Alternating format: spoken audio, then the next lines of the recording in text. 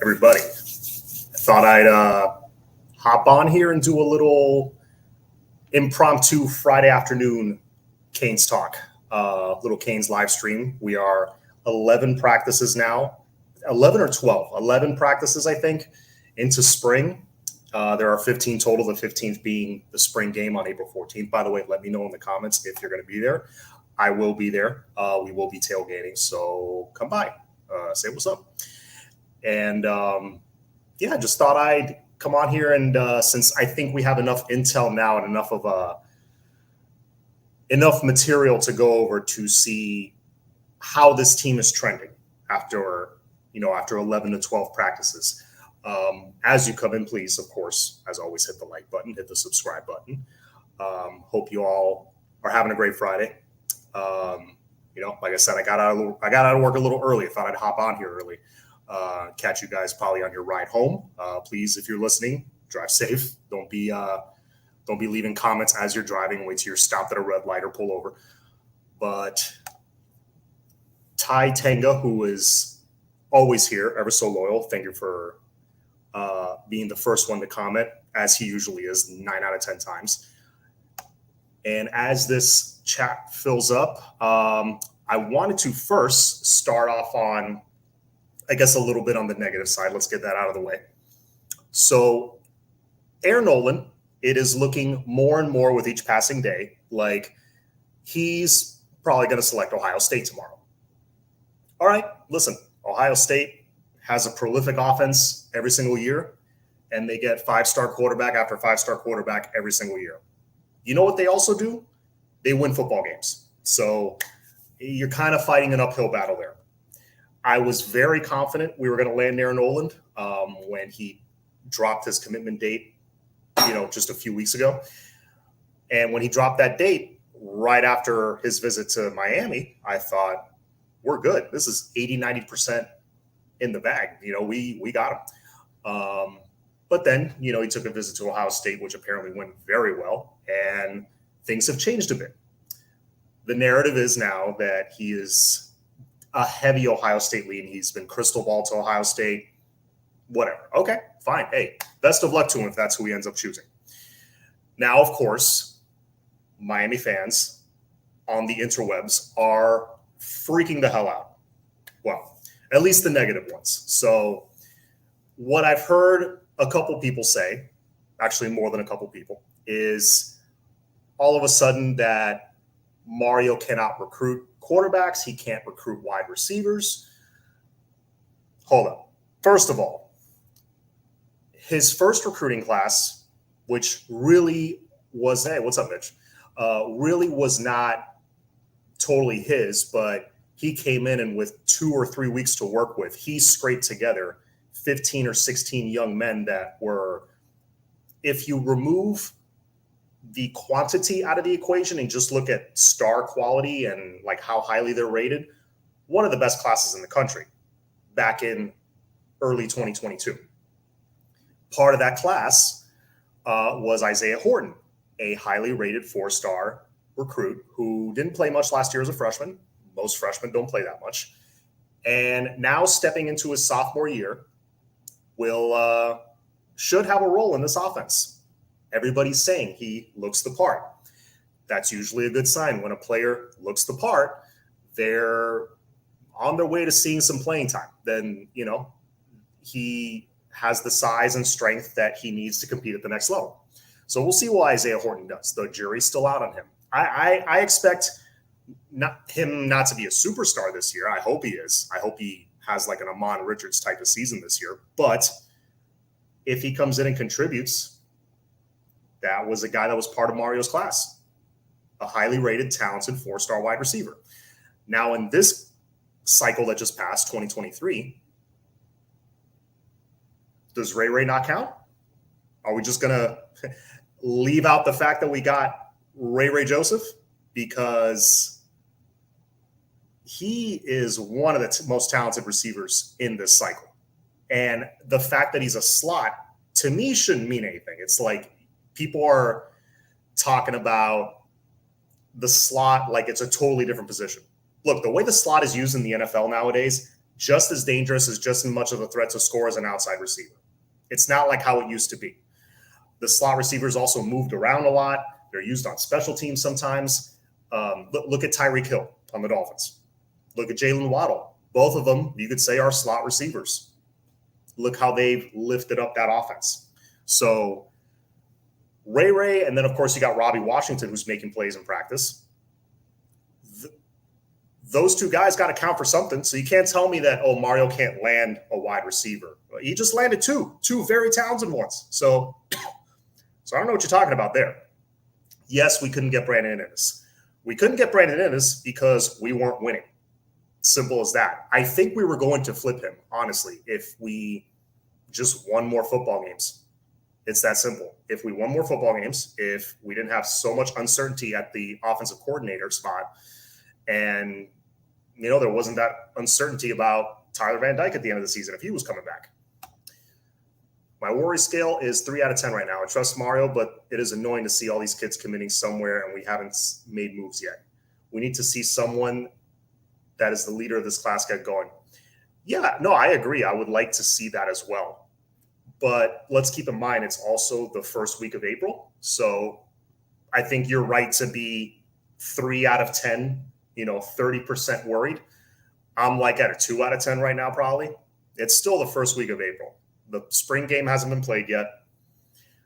This May transfer portal window hasn't passed yet. So still a lot to unfold here. I think the commits will start rolling in very soon. Zaquan Patterson got a crystal ball recently, very talented safety. We need depth at safety. And Cam Kinchins, in all likelihood, is gone after this year. So that'll be a key guy to acquire.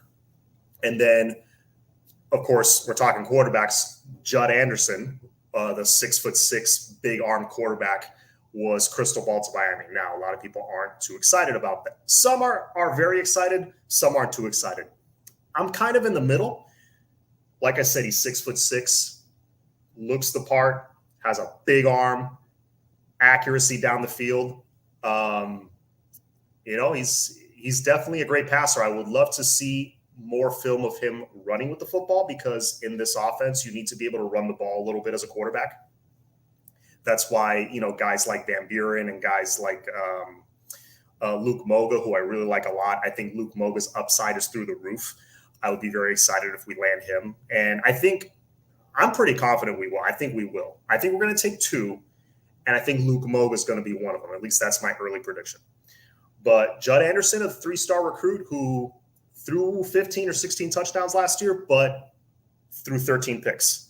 A lot of people say, a lot of people see that, and that's kind of alarming. And I don't disagree. I don't blame you for being alarmed by that. But when you look at high school stats for a quarterback, remember, if I remember correctly, Jakari Brown's stats weren't that impressive either. So you got to look at context with these things. I remember Josh Allen coming out of, was it Wyoming? Wherever he came out of college and got drafted into the NFL. A lot of people pointed to his stats. Well, you got to look at context there. Josh Allen.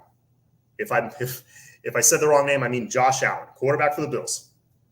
If you look at his tape coming out of college, dude had all the tools, rocket arm, accurate, and he's improved that accuracy over time, but he didn't have a great completion percentage.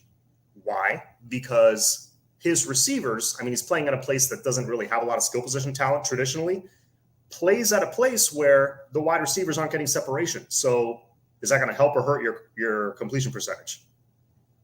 It's going to hurt it. So there's a lot of context you got to take into account there when you're just looking at a stat line for a high school quarterback, especially a high school quarterback, especially as a junior. Okay. So you got to look at that.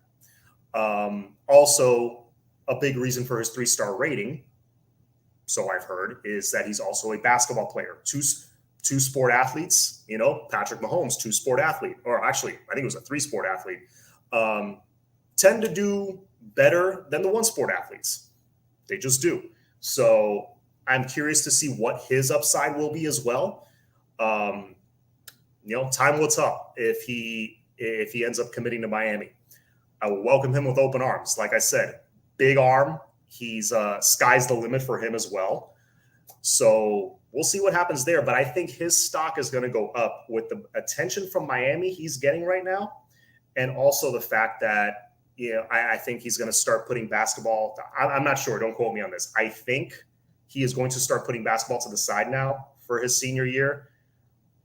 Like I said, don't quote me on that. If I'm wrong on that, let me know. But if he starts focusing more on football and he gets the attention of more scouts, more recruiters, I think his stock will go up. He maybe even bump up to a 4-star. Any news on Trevante Citizen? I really want to see what this kid can do. We all want to see what he can do. The latest I've heard is nothing's changed. The timeline for him is still he should be ready by fall camp. And if you get him, and now that I see how strong and how good Don Chaney looks, that right there, that's a dangerous combination. And that's not even including Henry Parrish.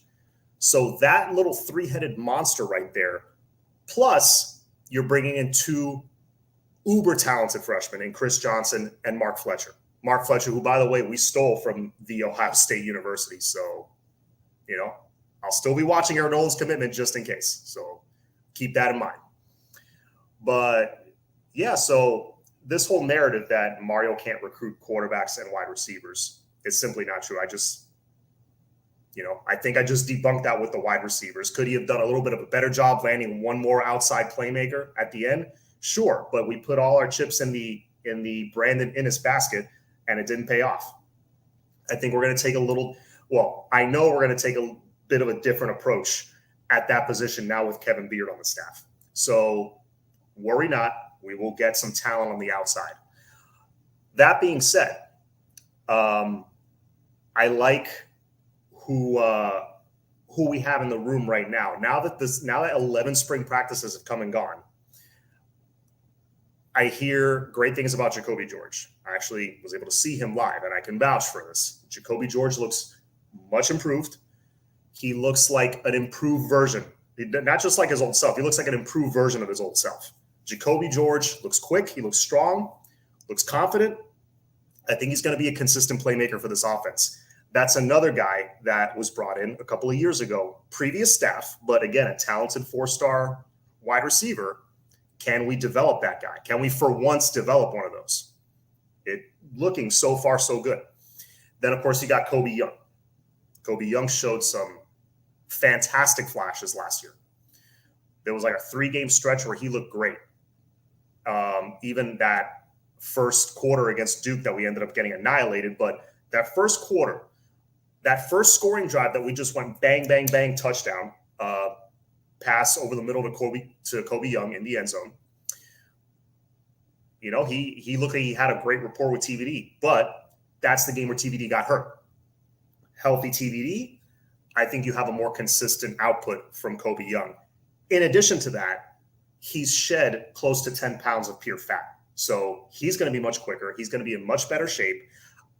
He was a little out of shape last year. I don't think, he came in kind of late, so I don't think he was quite ready for what the Power 5 level was going to demand of his body. Now he is, because now he's had, after being thrown in the deep end, now he's had a full year to work on his body, to reflect on what he did well, what he didn't do well. Expect a much improved Kobe Young this year. So you got him, you got Jacoby George, Xavier Restrepo is going to do his thing. You got Ray, who I talked about earlier, who is absolutely tearing it up in practice, just making play after play. Looks very quick, can get open, looks fast, beating defenders down the field. Ray Joseph is going to be a weapon. This immediately. Will he start? Maybe at some point later in the season. Who knows? I have a hard time thinking he'll leapfrog Xavier Restrepo if he's healthy. But let me tell you something. Nathaniel Ray Joseph, that dude's going to make an impact. And who else am I missing? You got Burchard, who is being used at running back now a little bit in practice. So, all of a sudden, I don't feel so scared about the receiver room. I think with what we got, we can do some damage. that's not to say I'm not going to turn away a talented receiver in the portal. Of course, if one becomes available, go after him. Why not add more talent? But with what we got, I think almost everybody in that room, it seems like they've taken a step forward. And look, you still got the rest of the offseason to keep making tweaks, keep making improvements, keep getting in better shape. So all of a sudden, I'm not saying I'm ecstatic about the wide receiver room, but I think the step forward they've taken, plus TVD being healthy, plus this offense they're going to be in, I think it's a recipe for success. And I think you're going to see a much improved showing from that wide receiver room, just the way they are right now. All right. So, and with that, we'll go to quarterback. Now, quarterback, TVDs look like his old self. He looks sharp. Jakari Brown, way improved. He looks way more accurate. Of course, doing it on the field in practice and doing it during a game, two completely different things. But I see vast improvements here. He looks even more explosive than he did last year. I mean, pulling away from defenders. He's hands down one of the fastest guys on the team. This dude could be a very scary weapon for this offense. Now, hopefully he won't have to start. Let's put it that way. I need to see us blow out some teams. And I think with this offense, we will get into those games where we're up 20, 30 points in the second half. Miami of Ohio is a good opportunity for that the first week. And we can see both Jakari Brown and Emory Williams get some burn. Emory Williams, very mature, accurate, smart. I think he's going to be a very good leader, a very hard worker, always seeks out tutelage and is not afraid of criticism. Malik Rozier he's made appearances on different shows and he's talked about how Emory Williams has reached out to him. Hey, can you come work with me on certain techniques? I think that's fantastic to hear from an 18-year-old young man that's just starting his college career. So, excited about that. And offensive line, I'll be shocked if it's not leaps and bounds better than last year. Just on the four newcomers alone, Pancake, Francis, Matt Lee, and Javion Cohen. All four are as good as advertised. And all four, there's an outside chance that all four start. I think 3 out of the 4 at some point this season end up starting. Cohen, Matt Lee, obviously right away, they're day one starters. I think Francis has a chance to start at right tackle or at a guard position, but it seems like he's getting the job done at right tackle. So don't be shocked there. And, with that, I feel a lot better about the offense in general. Look, if you're not strong in the trenches, you're just not going to win football games. And especially you're not going to win close football games. You need to build the trenches. And that's what Coach Cristobal and Coach Mirabal came like from day one. That was their mission. So that gives me a lot of excitement. Okay. A lot of hope for this season. I'm not giving a win prediction, a win total, nothing like that. I'm just saying improvement. Expect improvement because I think you're going to get it. And I think you're going to be pleased.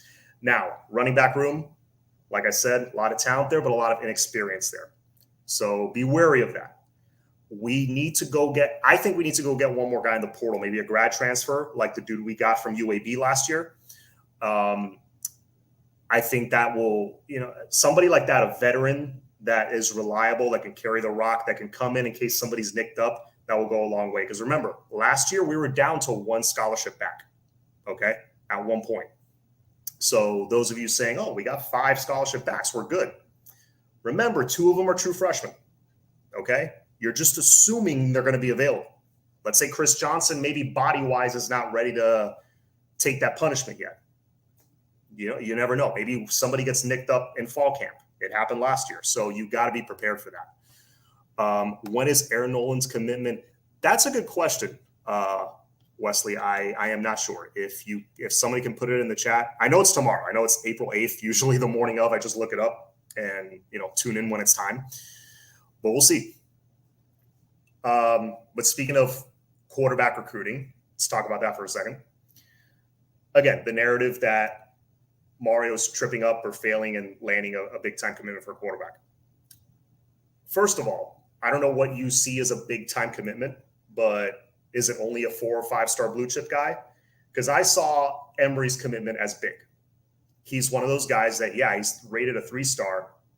I still don't know why, because I fell in love with his tape immediately. That's one of the best tapes by a quarterback I've ever seen. Like, one of the most polished tapes by a quarterback I've ever seen. Makes every throw. Athletic enough to pick up big plays with his legs. Very smart. Great vision. Great anticipation. Great footwork. That was one thing that was pointed out to me immediately. Primetime commitment, 8:45 Eastern. Thank you, Tanga.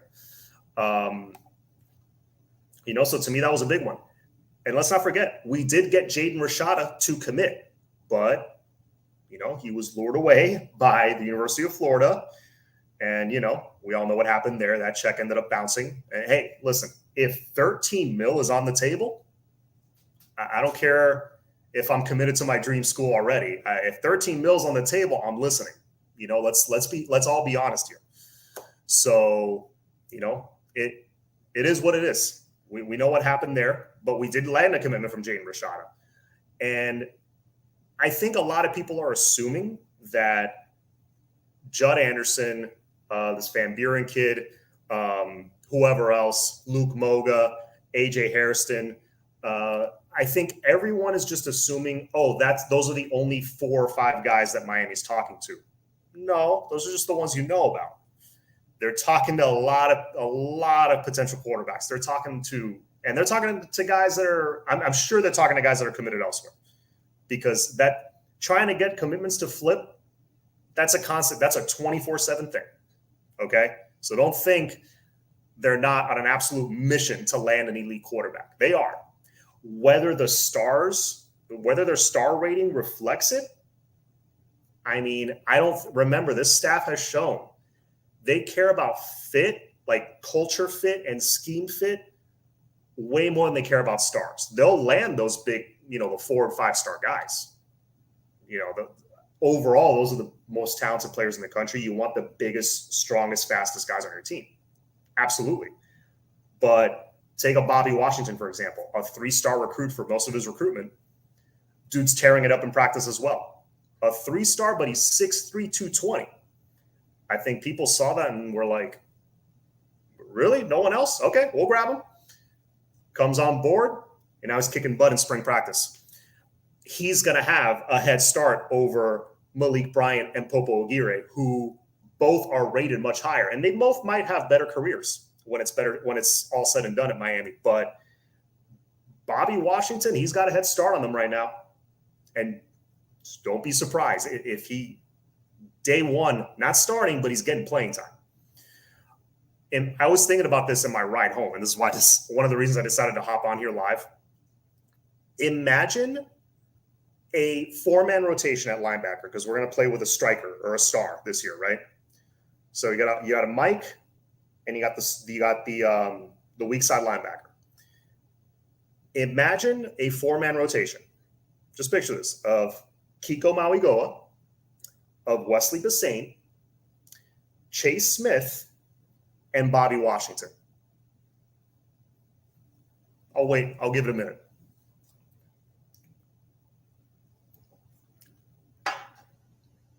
Yeah. Size, athleticism, those 4 guys, all of a sudden I'm like, damn, man, we're assuming Chase Smith gets healthy, which I think he will. I think he will in time for the season. That is,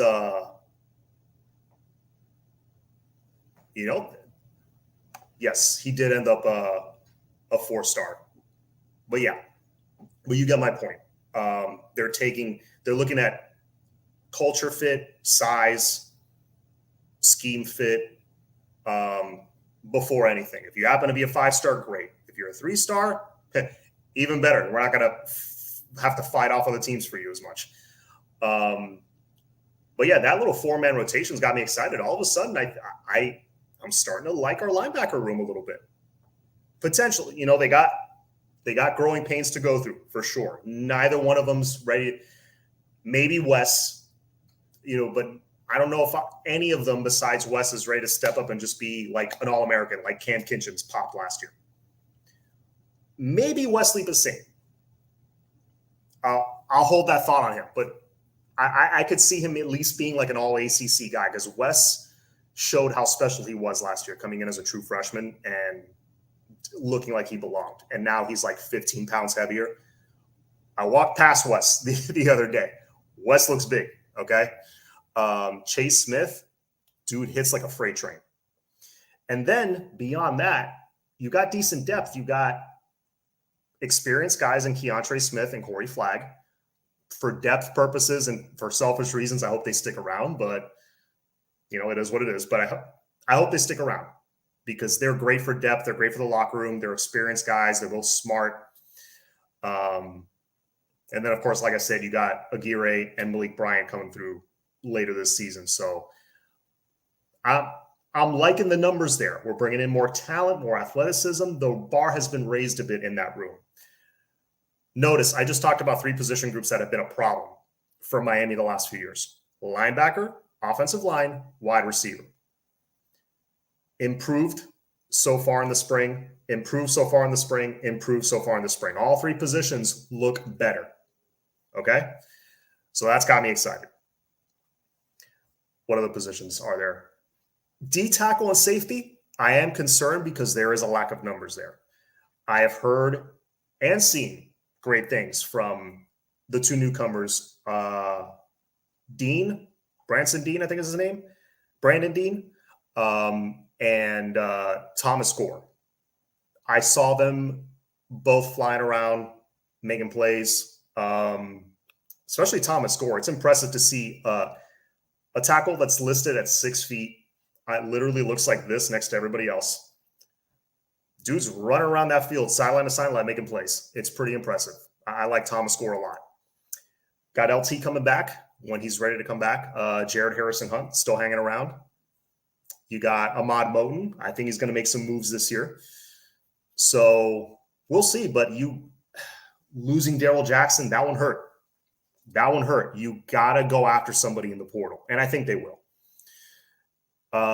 Corner is that was still a question mark for me. I like both Terry Roberts and Devontae Brown. Right now, I think those are your starters. I was pleasantly surprised to hear that Daryl Porter looks much better.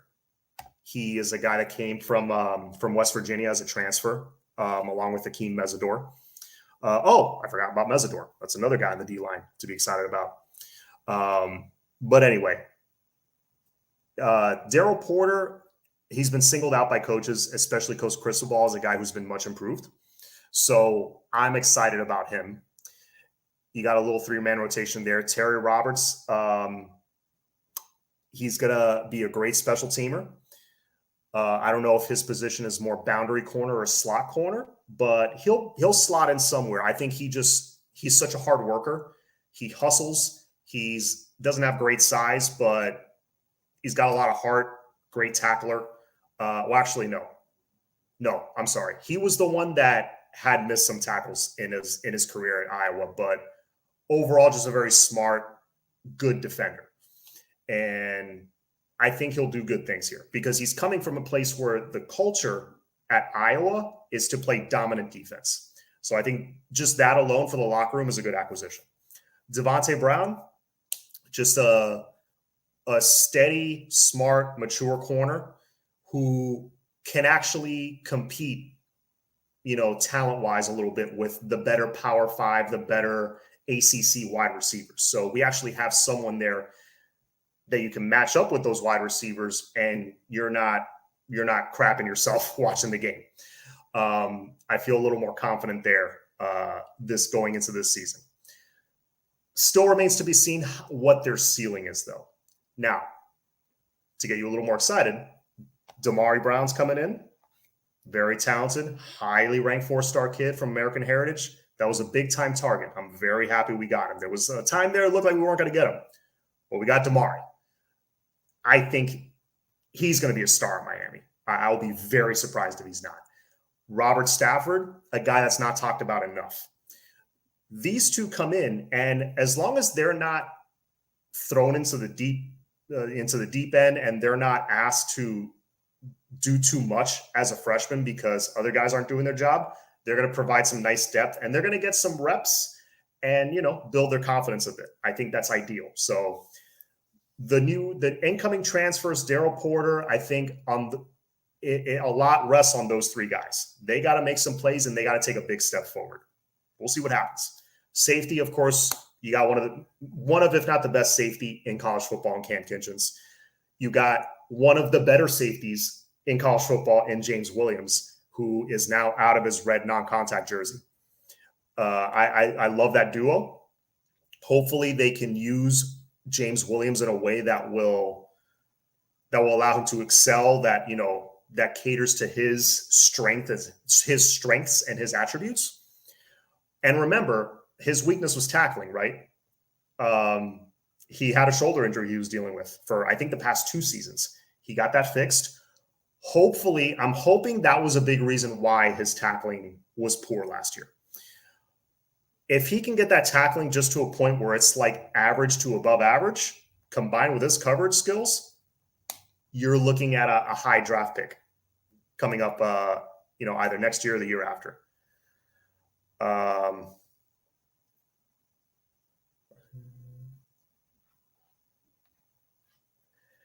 All right, so did I miss anything? No, I answered that one already. No, that's pretty much it. Wanted to, just hop on here and share my thoughts, because I think I heard more positive than negative in the spring. I guess that's where I'm going with this. And for those of you guys, freaking out that that we're not bringing the best of the best here. Ray and Smith or Trader Ennis. Yeah, Native, I understand that, but we also went 5-7 last year, so you can't bring those guys in. You're not going to bring those guys in after after a season like that. Now, well, actually, let me walk that back a little bit. Ray has a chance to have an excellent career at Miami. We don't know that yet. Talent on paper coming out of high school, yeah. All 3 of those guys look like they're going to be studs. And by the way, JoJo Trader trending heavily towards Miami, just so you know. But man, Ray can develop into a superstar. You never know. But remember, like I've said, guys, they got to develop and they got to win football games before you can earn the right to start landing guys like Jeremiah Smith. We can't land a Jeremiah Smith coming off a 5-7 season. I can't stress that enough. But yeah, that's pretty much it for me, guys. I got to go eat, but thank you for coming on and just, shooting the crap, talking some Canes football on April 7th, smack in the middle of the off season. But, we got a ways to go before the season starts. Hopefully this team keeps improving, keeps taking these steps forward that I've been hearing. Just the culture keeps heading in the right direction. Like I've said many, many times, this is going to take time. Okay. They call them growing pains for a reason. Yes, Mario made some mistakes year 1. I think, thanks, Native. Appreciate it, man. I think, and yes, I saw your other comment. About, bringing Gaddis. That was one of the major mistakes that Mario Cristobal made. But look, we all got excited about Josh Gaddis. All right, the guy had just won the Broyles Award with Michigan and helped take them to the playoffs. But they also had the best offensive line in the country, so it didn't translate. And yeah, that was a mistake of a hire. Kevin Steele was a mistake of a hire, but one we were excited about. I think the changes that were made were good changes. You traded out, the guys that were, like the Kevin Steeles and the Charlie Strongs, guys that are established, that have been doing it for 40 plus years, that have, kind of set in their ways, filtered them out for guys like Coach Nicholson, Coach Guidry, Coach Dawson, guys that are a little on the younger side in their career, and guys that are hungrier trying to prove something, make a name for themselves, and also fit what we're trying to do a little better. So anyway, I'll let you guys go. That's it for me. As always, go Canes. Have a good night, everybody.